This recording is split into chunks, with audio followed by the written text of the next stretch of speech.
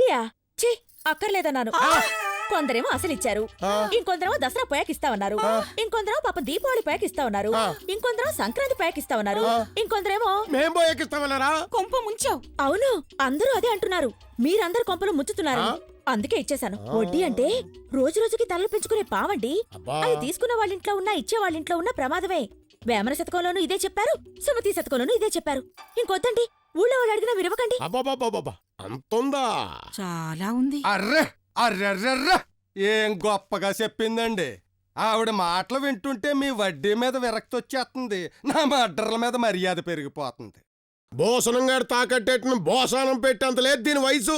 ఇది నాకు వడ్డీ శతకాలు చెప్తుంది. అర్రెర్రెర్రె అర్రె గంజాయి వనంలో తులసి మొక్క మొలిసిన కలుపు మొక్కల పీకి పారేయాలి, లేకపోతే గంజాయి వనం చెడిపోద్ది. ఎవడో ఈను డెత్ గురించి అయితే నాకు చెప్పు, డొనేషన్ గురించి అయితే నేను లేనని చెప్పు. పని అయిపోయిందా? అయిపోయాడు ఆకుల కింద లంగరగా.